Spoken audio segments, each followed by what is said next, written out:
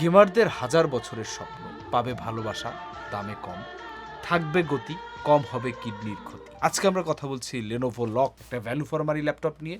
Value for money, but তার মানে এই না দাম খুব কম, কিন্তু এই দামে যা পাচ্ছেন এটার চোখেও দেখার কথা না রাইট এট দিস মোমেন্ট। কথা বলছি লেনোভো লক AR-P9 মডেলটা নিয়ে। প্রবাবলি 2024 সালের এইটা হচ্ছে সবচেয়ে মোস্ট বেশি ভ্যালু ফর মানি ল্যাপটপ। আপনাদের সাথে রয়েছে আমি অর্ণজামান, আপনারা দেখছেন ল্যাপটপ বিল্ডার বাংলাদেশ।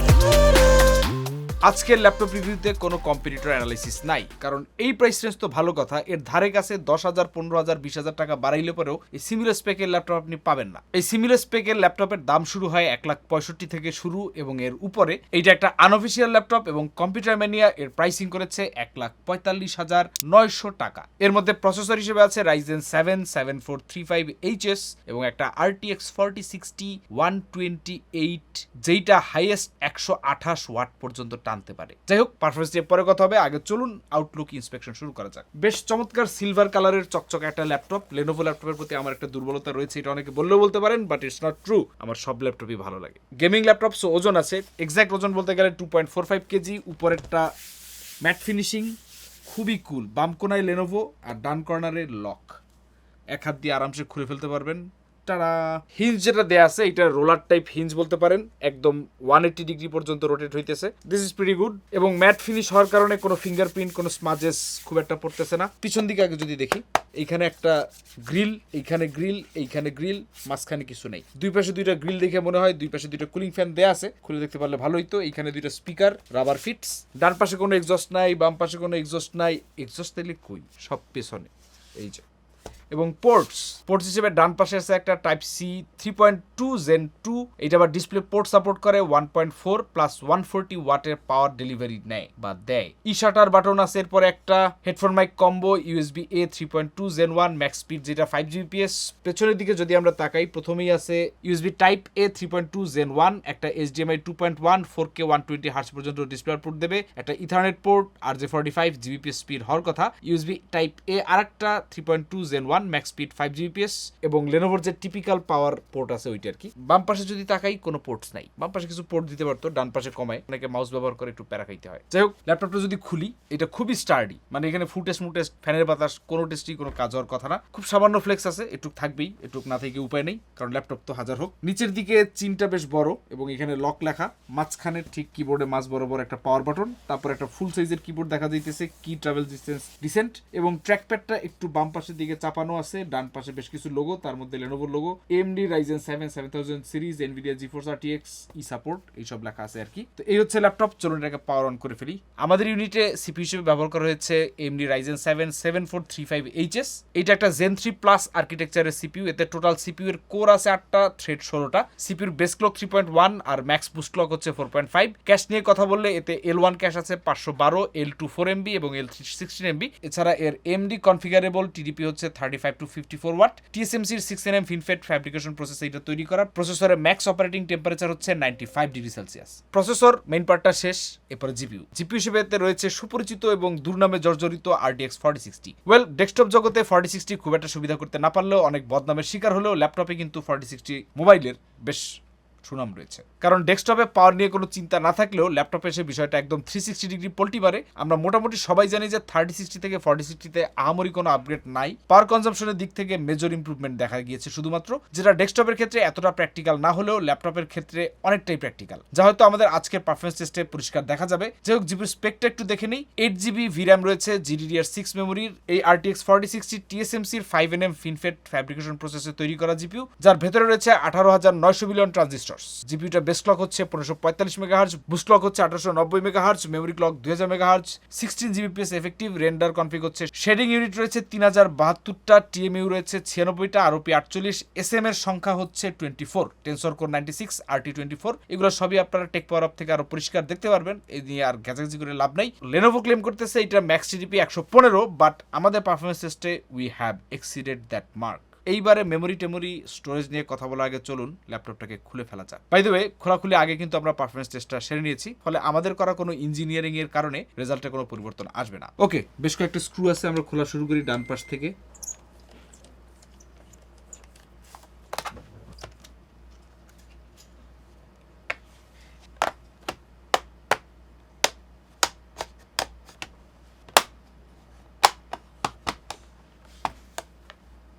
চিচিং ফাক, প্লাস্টিক। এই প্রাইস রেঞ্জে অনেক প্লাস্টিক থাকে, তার থেকে একটু ভালো, খুব বেশি ভালো না।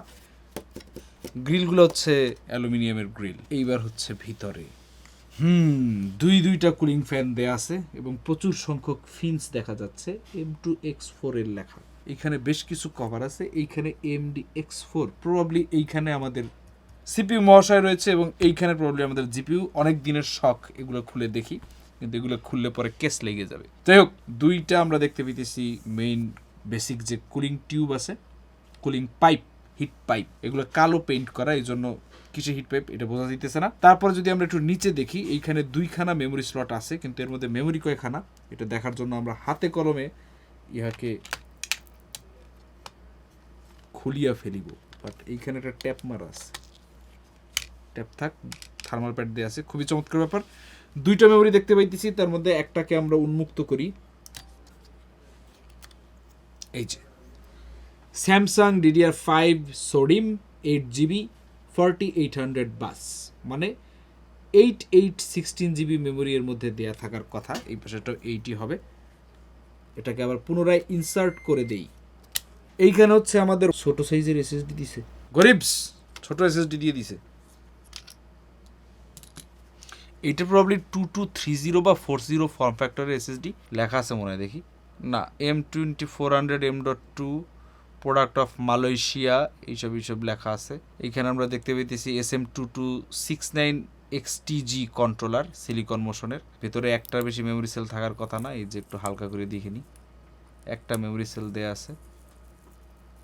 এই লোগোটা পরিচিত লাগে মেমোরি সেলের উপরে, মাইক্রো। ওকে, ছোট ফর্ম ফ্যাক্টর একটা SSD, সিঙ্গেল একটা মেমোরি চিপ। এটা স্পিড কেমন হয় এটা আমরা টেস্টের মধ্যে পরিষ্কার জানতে পারবো।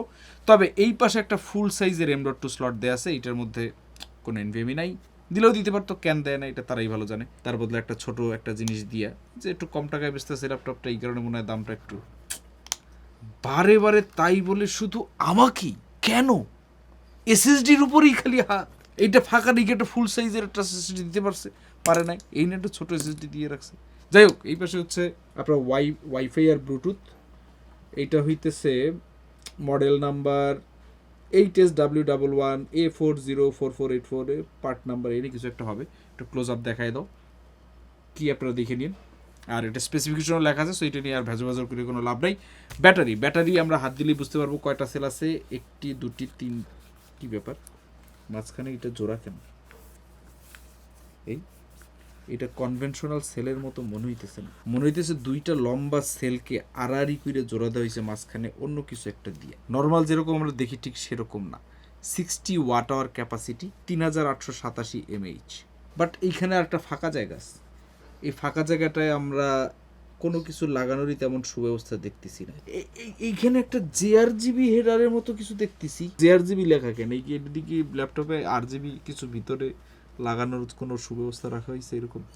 খুব ইচ্ছা করতেছে র্যামটা আটকায় দিই, খুব ইচ্ছা করতেছে এইগুলো খুলে, হিট পাইপগুলো খুলে একটু CPGBটা দেখি, কিন্তু এটা ঠিক হবে না, গ্যাঞ্জাম হয়ে যেতে পারে, নাশ হয়ে যেতে পারে। 1,45,000 টাকার জরিমানা দেওয়ার এবিলিটি আমার নাই। স্পিকার 2টা দেখে মনে হইতেছে হ্যাঁ ভালোই ড্যাপ করতেছে, ফাটাফাটি বোমবাস্টিং আওয়াজ দিলেও দিতে পারে। এখানে একটু মেটালিক ফ্রেম দেখতে পেয়েছি ব্যাটারি ঠিক নিচে। পিসিবিটা লুকস ভেরি ক্লিন, নতুন একটা ল্যাপটপে যেমন দেখার কথা তেমনই, and it smells very good. Okay, ঠিক আছে, আমাদের মনে হয় আমাদের ভেতরের জিনিসপত্র দেখা মোটামুটি শেষ। এখন এই খুলন্ত অবস্থায় আমরা এটার একটু যদি এয়ারফ্লো মেকানিজমটা দেখার চেষ্টা করি, দেখি কি হয়। আমরা এটাকে এখন পাওয়ার অন দেই, চালু হয়ে গেছে আমাদের smoke machine ready. Normally battery মোডে এটা একটা ব্যালেন্স মোডে থাকার কথা, মানে ফুল পারফরমেন্স সে দিতে পারবে না, একটা ব্যাটারি সেভিং মোড চালু হবে। এই কারণে লেনোভোর যে আপনার লেজিয়ন সেন্টার না কি সেন্টার, লেনোভো সেন্টারের মধ্যে থেকে আমরা এইগুলো চেঞ্জ করতে পারবো। আর শর্টকাট কিউ থাকার কথা। এখন আমাদের এইটা আছে ব্যালেন্সড মোডে আছে, ব্যালেন্স মোড থেকে আমরা পাল্টায় পারফরমেন্স মোডে যেতে পারবো। যাওয়ার আগে আমাদের একটা পাওয়ার লাগাই নিতে হবে। আমরা আপাতত কোনো স্ট্রেসই দেখতে পাচ্ছি না, কোনো স্ট্রেস না থাকার কারণে ফ্যানগুলো ঘুরতেছে না। সিনেবেঞ্চটা চালু করে দিই, মাল্টিকোর স্ট্রেস স্টার্ট করে দিলাম। ফ্যান বাবাজি এখন না ঘুরে যাবে কই, দেখা যায় ক্লিয়ার। এই হচ্ছে আপনার ব্যালেন্স মোডের অবস্থা। এইবার আমি এটা পাওয়ার কারেক্ট করে পারফরমেন্স মোডে যাই। ওকে, এইবার টার্বো মোডে আমরা চলে আসছি। টার্বো মোডে আসলে পরে পাওয়ার বাটনটায় একটা লাল লাইট জ্বলে, ফ্যানের আওয়াজও বাড়ছে। এইবার দেখি তুফান চলবে, তুফান। বুঝে যায় ডিফারেন্স বুঝে যায় কিনা দর্শকরাই ভালো বলতে পারবে। তবে এইখানে ফ্যানের আওয়াজ কিন্তু প্রচুর হইতেছে, যেটা আমি টের পাইতেছি। এবং সিনেবেঞ্চের প্রসেসিং পাওয়ার, স্পিড, গতি সবই বেড়ে গেছে। সো এই গেছে আমাদের এয়ার ফ্লো মেকানিজম। আমাদের ল্যাপটপকে খুলে যা যা দেখার সবই মোটামুটি দেখা হয়ে গেছে, আর কিছু দেখার আমাদের নাই।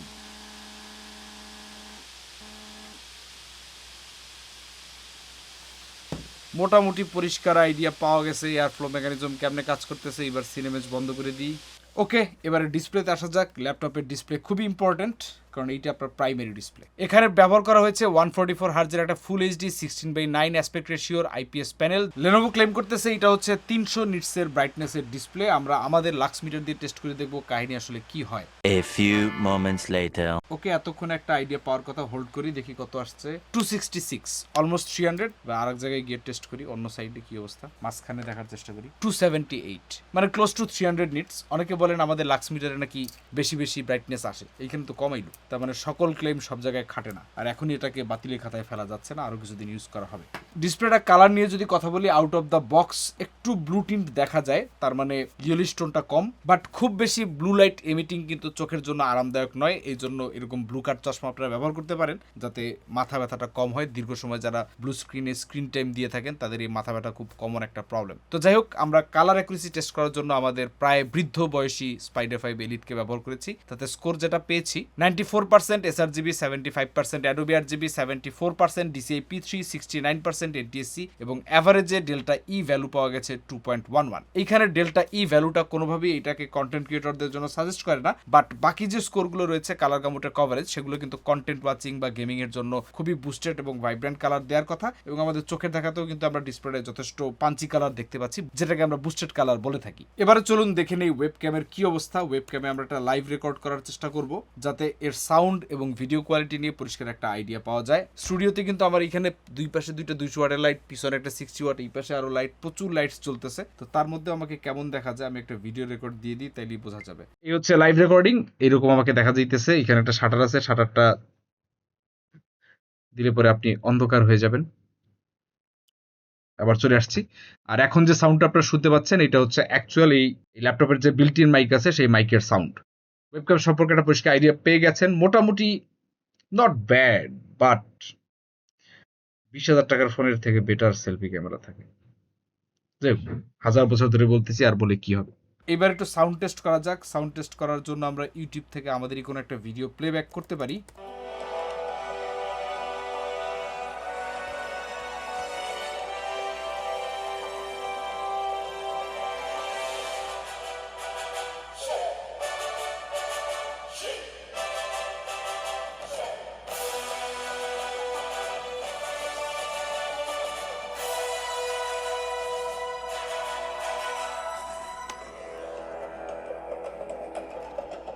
Evacuate the city. Engage all defenses. Get this man a shield. Sound not satisfying. Sound আপনার clear, it sounds nice, but not loud enough. Punch, boost কোনো কিছুই ফিল পাওয়া যাচ্ছে না। জাস্ট ক্ল্যারিটিটা ঠিক আছে, but at a very low sound level. So এই price রেঞ্জে এত লো সাউন্ড লেভেল অনেকের কাছে পছন্দ নাও হইতে পারে। এই ক্ষেত্রে আপনার হেডফোন বা এক্সটার্নাল স্পিকার ছাড়ার কোনো ওয়ে নাই। এই সাউন্ডে আপনি রাতে লুকায় লুকায় মুভি দেখতে পারবেন, বাট বন্ধু বান্ধব নিয়ে পসিবল হবে না। যাই হোক, সো এই ছিল আমাদের বেসিক যে আন্ডারস্ট্যান্ডিং, যা বোঝার। এটা লিডটার উপর একটা প্লাস্টিকই মনে হয়, প্লাস্টিকই হবে, এটা বলা বাকি ছিল। আর বাকি রয়েছে আমাদের পারফরমেন্স টেস্ট। পারফরমেন্স টেস্টে আমরা ল্যাপটপটাকে জ্বালায় দেবো। এই 7435HS আর 4060 115 ওয়াট কি করতে পারে চলুন দেখা যাক। পারফরমেন্স টেস্টের ওয়ার্ম আপ হিসেবে প্রথমেই জেনে নেওয়া যাক সিনেবেঞ্চ এবং ফার্মার্কের স্কোরগুলো, এরপরে এগিয়ে যাব প্রোডাক্টিভিটি এবং গেমিং টেস্টে। সিনেবেঞ্চে রুম টেম্পারেচার 30, উল্লেখ্য সবগুলো টেস্টের সময় ল্যাপটপের সাথে সর্বদা পাওয়ার ব্রিক কানেক্টেড ছিল। প্রথমেই সিঙ্গেল করে 10 মিনিটের টর্চার টেস্ট শুরু করে দিলাম, স্কোর পাওয়া গেল 1477। একইভাবে মাল্টি করে 10 মিনিটের টর্চার টেস্ট, 10 মিনিট পর মাল্টি করে রেজাল্ট পাওয়া গেল 14063 পয়েন্টস। মাল্টি করে এই 10 মিনিটের টর্চার টেস্টের সময় সিপিইউটার সর্বোচ্চ টেম্পারেচার রিচ করে 101 ডিগ্রি সেলসিয়াস এবং সর্বোচ্চ পাওয়ার কনজিউম করে 92 ডিগ্রি। ম্যাক্স 101 টাচ করলেও এখানে অ্যাভারেজ কিন্তু ছিল 91, সো দ্যাটস বিয়ারেবল। মানে যেই পরিমাণ লোড দেওয়া হইতেছে তাতে চিকন চাকন গেমিং ল্যাপটপ চলে যায় আর কি। Not the best but not the worst. অবশ্য এমডি কিন্তু ক্লেম করতেছে যে তাদের এই সিপির অপারেটিং টেম্পারেচারই 95 ডিগ্রি সেলসিয়াস প্লাস, সো ওই দিক দিয়ে আপনি সলিড আছেন, প্যারার কিছু নাই। সবশেষে ফার্মার্ক আমাদের জিপিইউকে স্কোর দেয় 9036 পয়েন্ট, কিন্তু এখানে যেটা খেয়াল করা দরকার, আমরা কিন্তু এটা ক্লক স্পিড 1890 বা 1900 আশেপাশে এক্সপেক্ট করতেছিলাম, কিন্তু ম্যাক্স আমরা 2400 পর্যন্ত হিট করতে পেরেছি। সর্বোচ্চ আমরা ফার্মার্কে ক্লক স্পিড হিট করছি 2520 মেগাহার্জ, আর ওয়াট 115 ক্লেম করতেছিল Lenovo 127 watt. That's massive for a 4060 mobile, মানে ল্যাপটপ 4060 জন্য। এবারে গেমিং ল্যাপটপ গেমিং টেস্ট। আমরা কয়টা গেম টেস্ট করছি? 1 না 7? 17টা। বেঞ্চমার্কের শুরুতেই ডেইজ গন, এই মাস্টারপিস টাইটেলটা Lenovo Lock 15-এ খুবই ফ্লুয়েন্টলি চলেছে। 1080p আলট্রাতে কোনো আপস্কেলিং ছাড়াই এভারেজে 130 FPS আমরা পাই। ম্যাক্সিমাম FPS ছিল 145, 1% লো ছিল 56। ডেথ স্ট্যান্ডিংয়ে একদম স্পোর্টস টাইপ এক্সপিরিয়েন্স আমরা পেয়েছি। এই টাইটেলটা এভারেজ ছিল 143 FPS, ম্যাক্সিমাম 157, 1% লো ছিল 100+। সেটিংস আগের মতোই same, 1080p ultra, no upscaling. GTA 5 নিয়ে খুব বেশি বলার কিছু নাই, 1% লো থেকে শুরু করে মিনিমাম ম্যাক্সিমাম এভারেজ সবই 150+।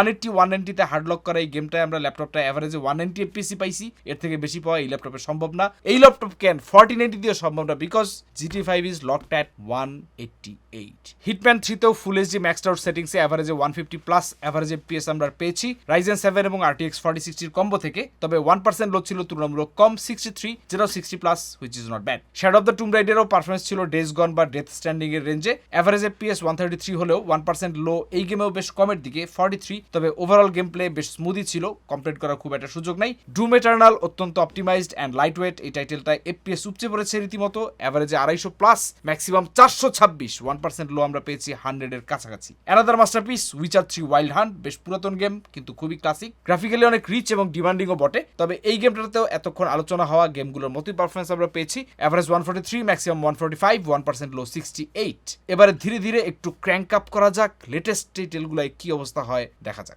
Cyberpunk 2077 এর 1080p আলট্রাতে এভারেজ 80 FPS, 1% লো 54। ওভারঅল খুবই এনজয়েবল এক্সপিরিয়েন্স, কমপ্লিট করার কোনো সুযোগ নাই। Far Cry 6 Cyberpunk থেকে অনেকটাই বেটার অপটিমাইজড। এই ওপেন ওয়ার্ল্ড টাইটেলটা আমরা পেয়েছি এভারেজ 92, ম্যাক্স 145, 1% লো 27, 1% লোটা আরেকটু বেটার আশা করেছিলাম আমরা। একই সাথে এভারেজটাও এই গেমটায় 100+ হওয়া উচিত ছিল। Baldur's Gate 3 বেশ নতুন একটা টাইটেল, সেই হিসেবে আমরা এখানে বেশ ভালো পারফরমেন্স দেখতে পাচ্ছি। এভারেজে 103, 1% লো একটু কম 37, তবে গেম প্লে ওভারঅল ভালোই ছিল, খারাপ না। Forza Horizon 5 প্রবাবলি সবচেয়ে অপটিমাইজড গেম, ম্যাক্সড আউট সেটিংসে 100+ FPS, এভারেজ ও 1% লো সেম বলতে পারেন 55, খুব ভালো স্কোর বলতে হবে। Ghost of Tsushima 2024-এ লঞ্চ হওয়া অন্যতম হাইপড গ্রাফিক্যালি রিচ একটা টাইটেল, এটার পারফরমেন্সও ছিল যথেষ্ট ইমপ্রেসিভ। এভারেজে 90-র আশেপাশে, 1% লো 30, ম্যাক্সিমাম 193। ম্যাক্সিমাম 193-কে যদিও আমরা সাডেন স্পাইক হিসেবে ইগনোরও করি, তারপরও ল্যাপটপ ডিভাইস হিসেবে এই স্কোর খুবই ভালো। 1% লো 30, এটা নিয়ে একটু মরামরি করতে পারেন, বাট ল্যাপটপে এটা স্মুদি বলা যায়, খুব একটা খারাপ না। একই কথা গড অফ ওয়ারের জন্য বলতে হচ্ছে, 1080p-তে আলট্রা সেটিংস বিবেচনায় এভারেজে 80 FPS এর কাছাকাছি আমরা পেয়েছি, ম্যাক্সিমাম 90, 37 ছিল 1% লো। ল্যাপটপ ডিভাইস হিসেবে চলে যায় আর কি। হোগার্টস লেগেসি এই গেমটিতে ডিভাইসটি এক্সট্রিমলি বেটার পারফর্ম করেছে। এটা যদিও একটা ভিরাম হাংরি গেম, তারপরও রিসেন্ট 2-1 বছর রিলিজ হওয়া টাইটেল হিসেবে 1080p আলট্রাতে অলমোস্ট পুরাতন গেমগুলোর মতোই 130-এর কাছাকাছি FPS এটাই পেয়েছি। সব থেকে ইমপ্রেসিভ ছিল ওর 1% লো স্কোর, 100 বলতে পারেন। বলা যায় যে গত কয়েক বছরে গেমটাকে বেশ অপটিমাইজেশনের ভেতর দিয়ে গিয়েছে, এই জন্য হয়তো অনেকটাই প্লেয়েবল হয়েছে। একসময় 12GB 8GB ভিরামের নিচের কার্ডে এই গেমটা খেলতে গিয়ে উষ্টা খেতে হতো। স্পাইডারম্যান রিমাস্টার্ডের পারফরমেন্স ছিল বেশ ভালো, অপটিমাইজড এই টাইটেলটা অ্যাভারেজে 110, ম্যাক্সিমাম 131, 1% লো পেয়েছি আমরা 60, which is very good. Resident evil 4 এর স্পাইডারম্যানের মতো স্কোর, অ্যাভারেজ 113, 1% লো 51। সবশেষে এমডি স্পন্সর্ড একটা গেম স্টারফিল্ড, অ্যাভারেজ 85, 1% লো হচ্ছে 60। একদমই লেটেস্ট টাইটেল হিসেবে স্কোর খুবই ভালো, খুবই ডিসেন্ট বলতে হবে। প্রবাবলি 150K এর নিচে আপনি এর থেকে বেটার এফপিএস আর কোনো ল্যাপটপে পাবেন না 1080p রেজুলেশনে খেলা গেমগুলোর মধ্যে। সে লেটেস্ট পুরানো সবকিছু মিলে ভেরি অপটিমাইজড বিকজ অফ এনভিডিয়ার গ্রাফিক্স ড্রাইভার্স, এবং খুবই স্মুথ গেম প্লেয়ার এক্সপিরিয়েন্স বলতে পারেন। সব মিলাই গেমিং এর জন্য যা বললাম তাই এবার বলতে হইতেছে, এই বাজেটে এর থেকে বেটার কিছু আপনি পাবেন না। বিশেষ করে আমাদের স্ট্রেস টেস্টে আমরা দেখেছিলাম এই জিপিইউটা আপনার 2500 মেগাহার্টজ পর্যন্ত হিট করে এবং 128 ওয়াট পর্যন্ত পাওয়ার কনজিউম করে। আমার মনে হয় এই পরিমাণ পাওয়ার কনজাম্পশন এবং ক্লক স্পিডের কারণেই গেমের ক্ষেত্রে এই ল্যাপটপটা এতটা স্মুথ পারফর্ম করতে পেরেছে। অবশ্যই Lenovo লক সিরিজ যে পাওয়ার ডিজাইন রয়েছে তাকে প্রশংসা করতেই হবে এই পর্যায়ে। এরপরে প্রোডাক্টিভিটি টেস্টে আমরা 3D কয়েকটা অ্যাপ এবং একই সাথে ভিডিও এডিটিং এর ক্ষেত্রে video compiling, video export, timeline playback সবগুলো আমরা টেস্ট করে দেখেছি। চলুন রেজাল্টগুলো দেখে নেওয়া যাক। 4K 60 FPS এর ফুটেজ, বেশ কিছু ইফেক্টস এন্ড লাইট কালার গ্রেডে 45 সেকেন্ড প্লেব্যাক করতে গিয়ে টোটাল 400 প্লাসের মতো ফ্রেম ড্রপ দেখা গেছে। সিকোয়েন্সটা এক্সপোর্ট হতে সময় লেগেছে আমাদের 1 মিনিট 10 সেকেন্ডের মতো। 4K 60 FPS 150 mbps A 400 plus frame drop without proxy, not bad but not the best definitely. এইসব ক্ষেত্রে মানে 4K ফুটেজ এডিট করতে গেলে সবসময় প্রক্সি করে নেই বেটার, তাতে ওয়ার্কফ্লো এক্সপিরিয়েন্সটা অনেক বেটার হয়। কারণ এরপরেও আরও অনেক ইফেক্ট অ্যাড হয়, আরও অনেক কাটস, তারপরে স্পিড র্যাম্প অ্যাড হয়, তখন ঠিকই আপনি ফুল রেজলিউশনে যদি টাইমলাইন প্লেব্যাক করতে চান পদে পদে আপনাকে বিপদে পড়তে হবে। আর এক্সপোর্ট টাইম আসলে যেটা এই বাজেটে এর থেকে বেশি মনে হয় না কোনো ল্যাপটপই দিতে পারার কথা। এরপর আমরা একটু 3D অ্যাপগুলো টেস্ট করব। একটা পপুলার 3D ভিজুয়ালাইজেশন সফটওয়্যার হচ্ছে লুমিয়ন। এইটার বেঞ্চমার্কে হার্ডওয়্যার রেটিং বেশ ভালো ছিল। ভিউপোর্টের প্রিভিউ হাই কোয়ালিটিতে দিয়ে অটো প্রক্সি এনাবল করে বেশ ভালো এক্সপেরিয়েন্স আমরা পেয়েছি। তবে ভিউপোর্টে 8GB ভিরামের প্রায় অর্ধেকটা 3.45GB আপনার ওপেন করলেই এটা আটকায় ফেলে। তার মানে আরো মডেল অ্যাড করতে গেলে ঠিক এক সময় গিয়ে আপনাকে ভিরাম লিমিটেশনে পড়তে হবে। সো আপনার যেমন বাজেট, আপনার যেমন ভিরাম, আপনাকে সেই অনুযায়ী কাজ করতে হবে। 1080p 60 fps এর হাই প্রিসেটের 5 সেকেন্ডের একটা টাইম ল্যাপস এক্সপোর্ট হতে সময় নিয়েছে 33 মিনিট। তবে হ্যাঁ, প্রবাবলি এই প্রাইস রেঞ্জে এর থেকে বেটার কিছু আপনি পাবেন না। সবকিছু মাথায় রেখে যদি ফিনিশিংটা টানতেই হয়, এক বাক্যে বলা যায় 145K তে এর থেকে বেটার কিছু আপনি পাবেন না। পাওয়া পসিবল না, পাওয়া সম্ভব না। যদি আপনার আনঅফিসিয়াল ল্যাপটপে কোনো অ্যালার্জি না থেকে থাকে তাহলে কম্পিউটার ম্যানিয়া থেকে এই ল্যাপটপটা স্টক থাকতে থাকতে আপনারা কালেক্ট করে নিতে পারেন, কারণ এরপরে প্রাইস বেড়ে গেলে কর্তৃপক্ষ দায়ী থাকবে না। যদিও যেই প্রোডাক্টের রিভিউ ভালো আসে সেটার দামই বেড়ে যায়। সো দাম বাড়ার আগেই আপনারা যদি বাজেট থাকে এরকম কিছু নিয়ে নিতে পারেন। দেখা হবে পরে কোনো ভিডিওতে। কম্পিউটার ম্যানিয়ার লিঙ্ক ভিডিও ডেসক্রিপশনে দেওয়া থাকবে। আল্লাহ হাফেজ।